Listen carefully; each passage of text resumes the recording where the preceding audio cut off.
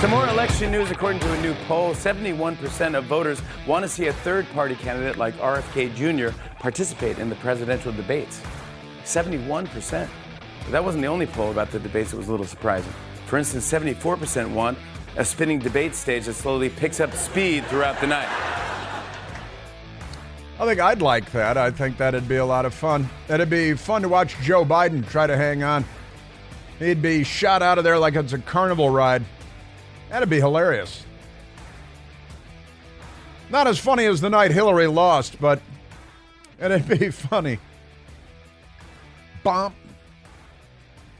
Ba-dum, bomb, bomb.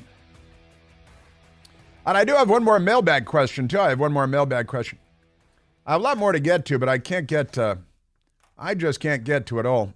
I only have 3 hours. Plus 1 hour on Newsmax at 10 o'clock p.m. Eastern. But let me get to this additional mailbag question from Robert. Hey, Chris.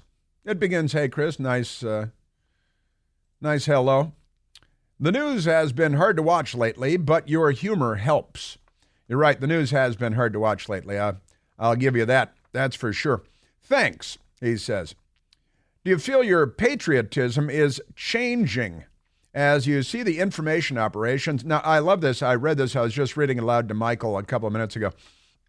And several things that Robert references here go right to what Jim was talking about, our career intelligence officer, who was our caller a couple of minutes ago.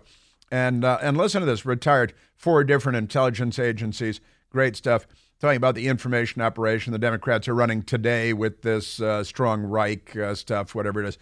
And so Robert says, hey, Chris, news has been hard to watch lately, but your humor helps, thanks. Do you feel your patriotism is changing as you see the information operations on Americans creating bioweapons with the communists, funding both sides of multiple wars?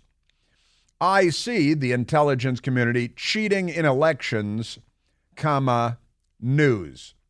Now, I got to tell you, Robert, and I didn't see this coming, but Jim, our caller, career intelligence officer, was talking about all of this, and we talked about almost all of this, and just randomly. Now, creating bioweapons with the communists, that is using American taxpayer dollars, Anthony Fauci and his organization, to provide funding to the Wuhan Institute of Virology in Wuhan, China, where we are quite certain that the COVID-19 virus originated, right? And then they lied to us, and they lied to us, and then we learned, the funding did go from us to them. And Anthony Fauci did know about it, and he lied to us repeatedly. Anthony Fauci did, and on and on. And the information operations on Americans, the intelligence community cheating in elections, that's the Felonious 51, which I talked to Jim about too, and the letter signed by 51 alleged intelligence officials, including penitentiary face Brennan, saying that the Hunter Biden laptop reporting in the New York Post had all the earmarks of Russian disinformation. That was a lie, that these liar criminals abused their power, their station, their titles to lie to the American people, to corrupt the presidential election in the United States of America. Pretty amazing stuff. And the question is, do you feel your patriotism is changing, or maybe challenged, but changing? And it's not my patriotism, but my faith in public institutions and government institutions, which you should always, as Timothy Leary said, question authority. But you should always question authority now more than ever. The FBI, and I'm going to hopefully get to this James Comey bite, he's a crook too. He corrupted our politics with his Hillary Clinton press conference, knowing that she destroyed 33,000 emails, had hundreds of classified emails, lied and cheated and stole, and had what do you call them, Blackberries and iPhones destroyed with hammers, and destroyed the hard drives and used BleachBit and all that. And Comey is a corrupt person. He meant not see himself that way, but he is a corrupt person in my estimation. Certainly, my opinion is that he's a corrupt person. The intelligence community did cheat and corrupt and lie to the American people and run an information operation, as to use Jim's language, against the American people. And it was designed to, and did likely successfully, corrupt the presidential election and get Joe Biden, certainly helped to get Joe Biden into the White House. Now, I don't think my patriotism in question, but certainly my faith and confidence in the FBI, an institution I once revered. In the intelligence community, I covered the intelligence community for 10 years as a journalist when I was assigned to the Pentagon for CNN back when they were a news organization, more or less. And no, my patriotism is not in question at all. My faith. We need another church committee. Senator Church decades ago has discovered the intelligence community was engaging in corrupt behaviors. And one of the concerns I have, Robert, is that we're in an era of no accountability for our government officials when they lie under oath to Congress, as we've had intelligence officials do again and again on camera, lying under oath about spying on us, lying under oath about all kinds of things. And there's no accountability. And I think we need senators and members of the House that will pound the table and demand accountability. But we're in a very tough place right now as a country, Robert, because of corruption. Corruption has become everyday, commonplace, and I'm very concerned about the direction that our country has taken, the track that we're on, and the deep state, the permanent bureaucracy in the intelligence community, in federal law enforcement, and we're going to get to the FBI being authorized to use deadly force during the Mar-a-Lago raid as well. So yeah, I'm concerned, but I'm not concerned. I'm not worried about my patriotism. I am worried about the state of our country, the state of the Democrat Party, to a much lesser extent, the state of the Republican Party. And I'm very concerned about the state of many of our public institutions.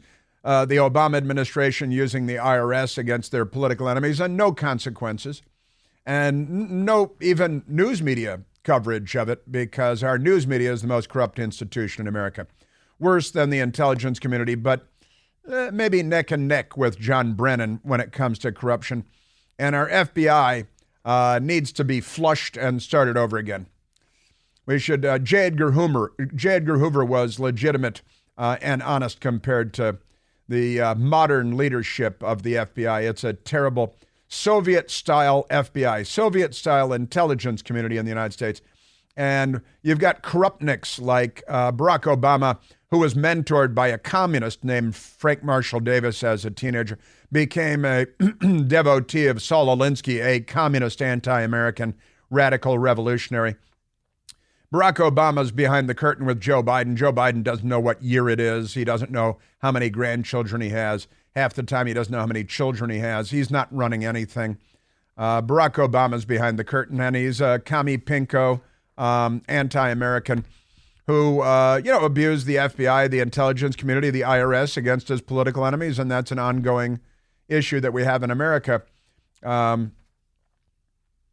So yeah, I'm very concerned, Robert, but it's not my patriotism that I'm concerned about. There are all kinds of sayings that I shouldn't use here, so I won't. Like from time to time, the tree of liberty must be nourished. But we all know that, right? And while we're talking about all kinds of things, the corruption of the intelligence community and the FBI and the abuses of the IRS and the federal law enforcement and intelligence community by the left, all of this by the left. And now they're out there, oh yeah, Trump is going to use the FBI against his political enemies. If he can stop the FBI from being used against him, as he is the political enemy of the Democrat Party, and they're using currently, in real time, the FBI to target the political enemies of the left in the United States of America. These are very corrupt times. And with that said, speaking of very corrupt times and abuses of the intelligence community, we get to go to Mike the Lib. Mike the Lib is hanging on the line. Mike the Lib, you're on the Chris Plante Show. Morning, Chris. Morning, Mike the Lib. Okay. Yeah, we got to stop Trump's lies about voter fraud because it's harming the entire electoral process. Really? And what lies? Since voter fraud is a crime, you should have to file a criminal complaint against the person. Well, did that? There was not one criminal complaint ever filed for mass voter fraud. There were for mass. You say mass voter fraud. There was less than 100 individual cases in the entire United States. I think you mean to say fewer than 100 cases of voter fraud. Or less than. And that there wasn't even 100. Okay, there was not even 100. Your phone is trying to get away from you again. So when you there wasn't even 100, Chris. So when you say Trump's lies about voter fraud, because there wasn't any voter fraud. He keeps claiming there was voter fraud. What did he say? Ever has to present any evidence. What did he say? What did he say that you object to? Everything, because there wasn't any voter fraud. And well, you're not quoting him. Georgia, he claimed 2 election officials committed fraud. And was that investigated? It wasn't any. Yeah, it was investigated, and there wasn't any fraud. Well, he claimed there was fraud in Pennsylvania. Mike the Lib. There was fraud in Wisconsin. He claimed there was fraud in Michigan. Not one time did they ever file a criminal charge. Did he? Well, he's not. They filed 62. Mike, they filed 62 lawsuits, and they lost 61 of them. Mike the Lib. Mike Lib, you're not really having a conversation. You just called in to yell and get things off your chest, didn't you? You ran into a friend of mine. Okay, Chris. Okay, we'll have a conversation. What questions do you have for me? You ran into a friend of mine at the polling place last week, a couple of weeks ago, and my friend came over and talked to you, and you had a nice. You're still there? Yeah, I'm at the polling place every day for Dan Helmer. Because months and months of voting. Don't you think it's fraudulent to have 45 days? 45 days of voting. How did we ever elect anybody with just one election day? How does France do it? How do countries all over the world hold elections when they just have one election day and paper ballots and show IDs? No, Chris. So, well, once again, France has 2 voting days. They have runoff elections. Only if they have a runoff election. Only if they have a runoff election. They have election day. Now, you're a former intelligence official, right? Mm-hmm. Yes. And the intelligence community was abused on the lead up to the 2020 presidential election to sway. No, we weren't.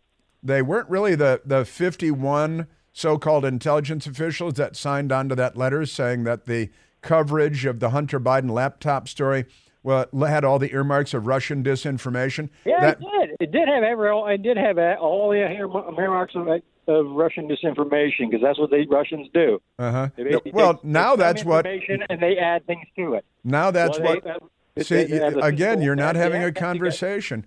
They have to have the physical analysis of the laptop. You're still not having a conversation, and but of course, what was wrong was the letter signed by 51 because all the reporting was correct and accurate, right? No, we still haven't had the physical examination of the actual laptop. That's not true at all. That's completely false. The FBI had the laptop before the public ever saw it for many months. But there was not a continuous chain of custody. It went from Biden. From Hunter Biden to the individual who gave it to Giuliani. You know, who the heck gave it to? Giuliani gave it to. No, they're not denying that all of the contents are from Hunter Biden's laptop. You're just being gratuitously disputatious now. No, I'm not. I'm saying basically, you basically can doctor the information in the laptop. Well, you're offering a hypothetical, and your hypothetical is true. No, but I mean, you can actually doctor, and the Russians are very good at doctoring information. Yeah, but they didn't. They're very good at intercepting. Yeah, but that's an irrelevant academic discussion having nothing to do with the Hunter Biden laptop because the Russians had nothing to do with the Hunter Biden laptop. And you can continue to run around in circles here. Mike the Lib, you just keep going there on the 45 days of election because I know we got to get that communist elected. Mike the Lib, thanks for checking in. He might be off his meds. Are you off your meds, Mike? I don't want you to be off your meds. It's important that you stay on your meds. He dropped off. I got to tell you. It's no Mike the Lib. The 51 lied. They lied to us knowingly. You know, your feet are your foundation, supporting your every step of, your journey through life's great adventures. Am I right? But are you tired of settling for shoes that promise comfort and fail to deliver? Well, introducing G-Defy shoes with VersaShock technology. While ordinary shoe brands rely on EVA foam soles for cushioning, G-Defy shoes go above and beyond with superior shock absorption and trampoline-like energy return. G-Defy shoes help provide the relief you deserve, from foot pain, knee pain, ankle, even discomfort in your back. When you choose G-Defy, you're not just getting shoes, you're getting a complete solution for your comfort needs. Each pair of G-Defy come with 2 free supportive orthotics, inserts, that can help align your body. Plus a special lateral stabilizer embedded in the shoes to help improve your stride, the way you walk, the way you run.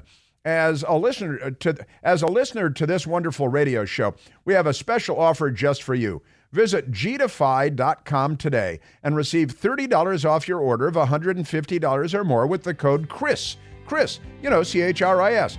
That's GDEFY, gdefy.com. And don't forget to use the code CHRIS for $30 off your order of $150 or more. I've got a pair. My best girl has a pair. Experience ultimate comfort with G-Defy shoes. Visit gdefy.com today. Yes, sir. Yeah, Mike the Lib. That's Mike the Lib. Oh, listen, we've got so much to get to. We've got the, shoot to kill on that Mar-a-Lago raid at Trump's house. That's the FBI. No, Mike the Lib, very legit. And the intelligence community, it did have all the earmarks. And it wasn't a continuous chain of custody. It's all videos of Hunter Biden. I have important updates for you on the raid on Mar-a-Lago, President Trump's Florida estate, which is worth $18 million, I think, right? Not $500, $600 million, $18 million. These people lie if they're breathing, they're lying. But wait, because I have another really amazing update for you. Joe Biden built a pier for Hamas, a port facility for Hamas, so we could deliver aid to the kidnapping, raping, murdering torturers of Hamas, because the Democrats are not Democrats and they're not on our side. Well, I'll fill you in on this. The Pentagon says none of the food aid moved through Gaza has made it to the Palestinian people. How many dead, Michael? How many dead? This is exactly as I predicted. Now, wait till you hear this. It's just as I predicted. Smarter than the whole intelligence community.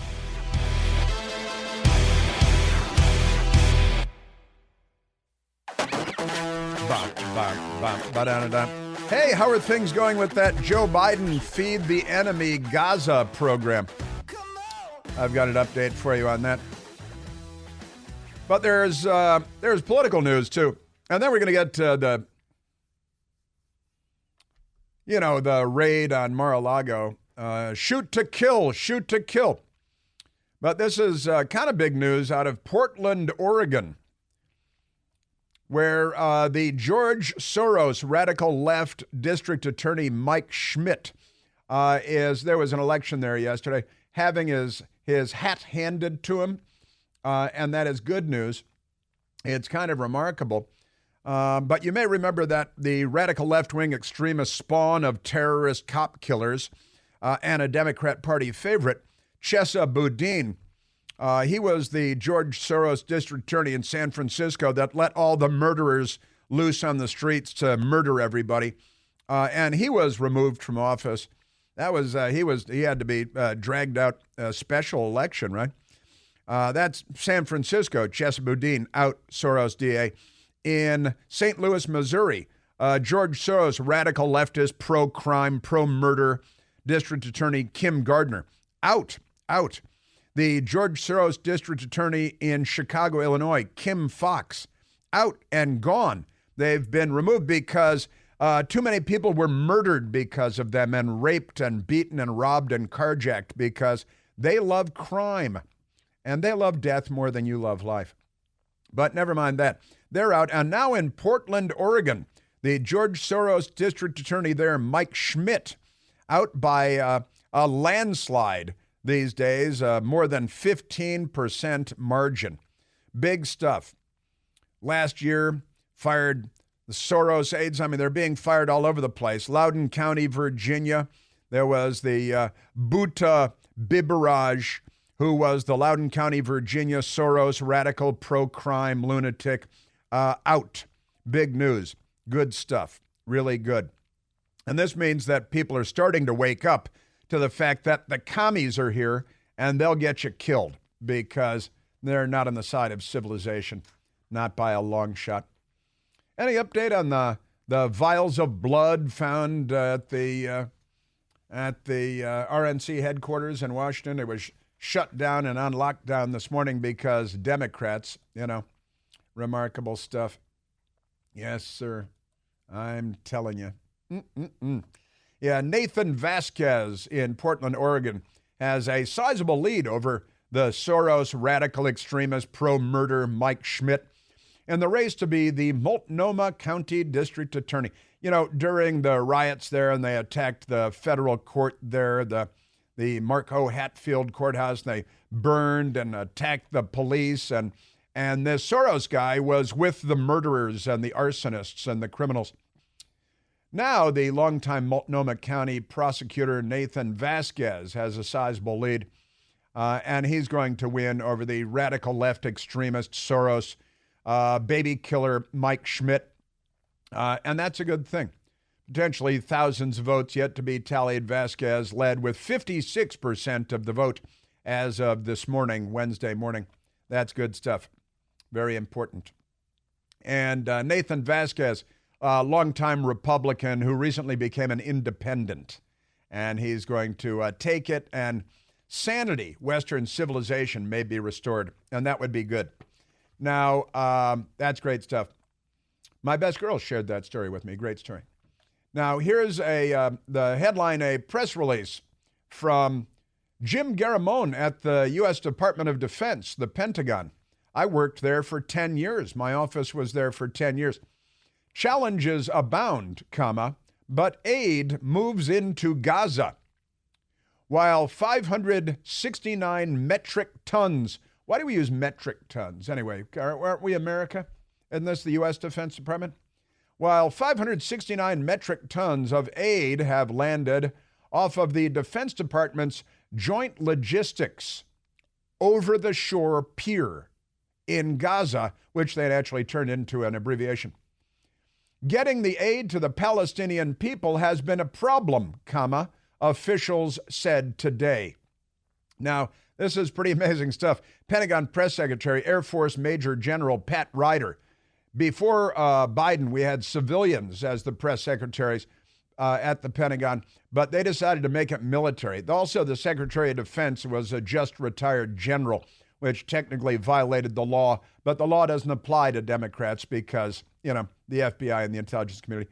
So Major General Air Force Press Secretary Pat Ryder told reporters that the aid is making it ashore, and the amount of aid should quickly increase as the process continues, because it's continuing, The problem with deliveries comes as desperate Palestinians, do they have AK-47s? Have been mobbing the trucks after they leave the marshaling yards. Ryder said there have been discussions among the U.S., Israel, and the United Stinking Filthy Nations to identify alternative routes for the safe movement of staff and cargo. But wait, that's the Pentagon press release, and they're half admitting that it's a disaster, but only half admitting it. Now, the Military Times has the story at military.com because they're actually interested in reporting what's going on. Pentagon says none of food aid moved through Gaza pier has made it to Palestinians. Konstantin Toropin writing the story at military.com. The Pentagon said Tuesday it believes none of the hundreds of tons of aid delivered over several days via a military-built pier in Gaza has made it to Palestinians. And why would it, honestly? Why would, come on. A pier erected by the U.S. Army to ease humanitarian crisis amid the Israel-Hamas war was secured to the Gaza shoreline last Thursday, and trucks began dropping off pallets of food ashore on Friday. But the United Nations reported difficulties moving the aid once it reached the shore, including an apparent ambush that reportedly turned deadly. Pentagon spokesman, here he is again, Major General Pat Ryder, told reporters Tuesday that more than 569 metric tons of aid have been delivered to Gaza by way of the pier, called a Joint Logistics Over-the-Shore Operation, JLOTS. Got to call it JLOTS, J-L-O-T-S. You got to, it's a backronym. They write the word and then they come up with, what it means, JLOTS. But that it did not appear that any of the aid actually had been delivered to the starving residents of Gaza. Here's a headline from another outlet, Gaza, that's appropriately placed. Rafah aid situation increasingly desperate, UN teams warn. Occupied Palestinian territory, they keep stealing it. Mobs are stealing it all. UN halts all food distribution to Rafah, which is a hotbed of terrorism. Honestly, it's like Team America World Police terrorism bar. After running out of supplies on the southern Gaza city, UN suspends food distribution in Rafah after supplies are depleted. That's because they're all stolen. As it was being, back to military.com, as it was being taken along the transportation route, it was intercepted by some people. Some people did something? To quote Ilhan Omar describing what happened on September 11th, 2001. Some people did something? See, it was intercepted by some people who took that aid off the vehicles, General Ryder said. Aren't you supposed to shoot the SOBs at that point? Officials from the UN World Food Program, one of the groups on the ground, where else would they be? In the air? Maybe in the tunnels. In the ground. That's where they'll all end up. Told the Associated Press that none of the 11 aid trucks that left the beach area where supplies were being stockpiled made it to a warehouse on Saturday. None of them. It's all being stolen by the guys with guns. By Hamas. We're supplying Hamas. That's what's going on. The group said a crowd of people gathered nearby and commandeered the aid. Said the scene ended with one Palestinian dead from a gunshot. Only one? That's truly surprising. Isn't that amazing? A temporary pier will enable a massive increase in the amount of humanitarian assistance getting into Gaza every day.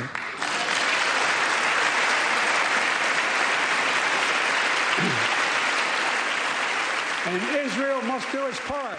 Yeah, it's Israel's fault, Jew hater Joe Biden. What is less clear is who's responsible for providing security to food convoys once they leave the area of the pier. It's Hamas. It's a terrorist group, for the love of Mike.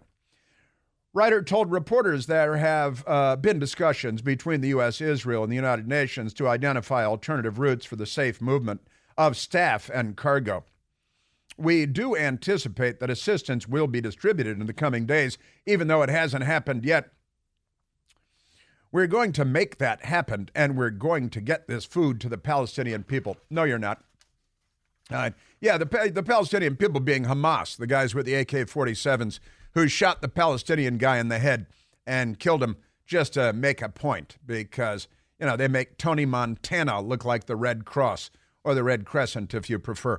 Let's go to yesterday on Capitol Hill because this came up there with Senator Ted Cruz, who is, smart, and Anthony Blinken, who is stupid. And it was a committee hearing, and Ted Cruz pointed out that what we're doing is funding Hamas, and we're providing aid to Hamas and giving billions of dollars to Hamas, which is a gang of genocidal maniacs. This administration, you and President Biden, funded the October 7th attacks by flowing $100 billion to a homicidal, genocidal regime that funded those attacks. That statement is profoundly wrong. Why? I'm not even going to humor it. I think it's a disgraceful statement. I'm not even going to humor it. What does that mean, you illiterate nitwit? You're not even going to humor it? Well, you thought like that's a joke set up for a joke or something? What does that mean? You're not going to humor it? You're not going to entertain that question? That's pretty amazing stuff. No, we put sanctions on Iran, most of which were just lifted at the United Nations, and the UN and the U.S. did nothing to stop it. We have gone at Iran repeatedly with more than 600 sanctions applied against different persons. Then why are they selling 2 million barrels a day as compared to 300,000? They are working hard to do what they can to get around the sanctions. So just the prior administration had tools you didn't have, they were more effective, or maybe they just weren't desperate to cut a deal with Iran. And we continue every single day to go at them. You are refusing to address the facts. I'm not. I'm not, R2. I'm not, R2. And what he meant to say back there was, I'm not even going to dignify that with a response. But he said instead, because he's an idiot, I'm not going to humor that. And you're not going to humor that? You're not going to dignify it with a response? Is that what you had hoped to say in retrospect? Senator Ted Cruz. You funded our enemies and you undermine our friends, and the world is much, much more dangerous as a result, and Americans are at greater jeopardy because of it. And then they were in the midst of this hearing, and radical left-wing Jew haters, genocidal Jew haters, jumped up and started yelling, "We need to get more stuff to that pier and let the guys with the AK-47s loot the trucks and not allow it to get to Rafah and the people that are allegedly starving." The People's Republic of China pursuing military. Was 6 years old when Israelis killed her. His Rafah was 6 years old. Blinken, you will be remembered as the butcher of Gaza. You will be remembered for murdering innocent Palestinians. He's the butcher of Gaza. You're a war criminal. You're going to be remembered as the butcher of Gaza, the Secretary of State, Antony Blinken. I was saying the People's Republic of China. War criminal. He is a war criminal. The blood of 47. That's a man pretending to be a woman, calling Blinken a war criminal. She had to be picked up by a strong man with a gun and carried out. He's a member of the patriarchy. She was picked up off her feet and she was kicking. It was like a cartoon. And the big, strong man with a gun, he was Caucasian, but that's not important. You know, Lieutenant Byrd, who shot and killed Ashley Babbitt for nothing, was a black guy, but that doesn't matter either.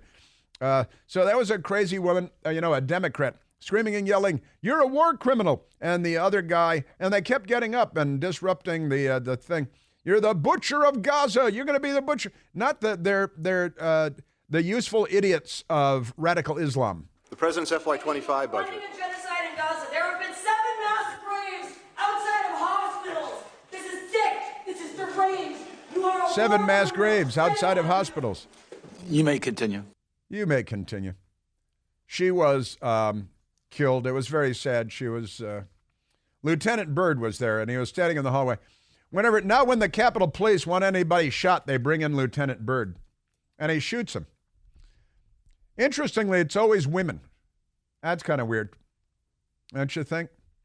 He's got issues. He's probably got issues. That was yesterday's hearing. "You're genocidal. You're the butcher of Gaza." They can't even get the try. It was all, I predicted what would happen here. And somehow the entire military-industrial complex, the Pentagon, the intelligence community, they failed. The Israelis warned them, the same as I warned them. I think I warned them first. No, not to brag, but I think I warned them first. So, surprise, surprise, the aid's not getting there. Guys with guns are stealing it all, and they'll shoot you in the head if you get in the way. It's the stinking Gaza. I say stinking because I'm trying to keep it clean.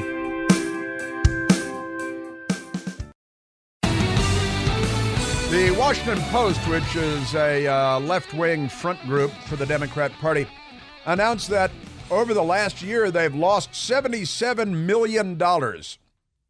Jeff Bezos, multi-billionaire, the Democrat propaganda apparatus they sacrificed for the left. They lost $77 million over the last year, and they saw a 50% drop-off in audience since 2020. Also, we have an update on the vials of blood delivered to the RNC that shut it down there today. The vials of blood were addressed to Donald Trump. Probably by a would-be, well, I'll let you fill in the blanks. Now, the raid on Mar-a-Lago, we learned yesterday by way of documents, was the FBI was authorized to use lethal force during the raid. They want to, shoot Trump, shoot the Secret Service agents. Senator Mike Schmidt, maybe shoot the groundskeeper or the housekeeper or something. Senator Mike Schmidt didn't think that was funny. I apologize. Eric Schmidt. If you ever needed any more evidence about the two tiers of justice, you compare this authorization of deadly force for the former president versus essentially the kid gloves they put on for Joe Biden, who had classified materials from his Senate days in a garage where Hunter Biden shares, who's, compromised by foreign governments, right? They treated these very differently. They did treat these very differently. I love the Washington Post thing, too. They lost $77 million and 50% of their audience. The CEO says, to be direct, we're in a hole. To be direct, you are a hole. And we have been for some time. I've been saying that about you. Pam Bondi was the Attorney General of the state of Florida. She was asked about the shoot-to-kill orders at the Mar-a-Lago raid. I've been a part of executing multiple search warrants. Nothing about this was standard. It was a siege by land, by sea, by air of Mar-a-Lago. There were other federal agents there. Nothing about this was normal. Yet we've heard now that they even had medics and EMS there in case there could have been a shootout. Can you believe that? No, nothing about this was standard. What you do is you coordinate with other federal agencies before you go in there. Yeah, it was over documents, classified documents, which were all over Joe Biden's garage, behind his Corvette, above a steakhouse at a building on Capitol Hill, in Chinatown at his house, one of his beach houses. He had classified documents falling out of chandeliers. He had classified documents going back to his Senate days, his days as senator, which he had to steal out of a SCIF, sensitive classified information facility, where you have to go into this room, you can't bring your phone. And Joe Biden was stealing documents, probably stuffing them down his pants like Sandy Burglar back in the old days.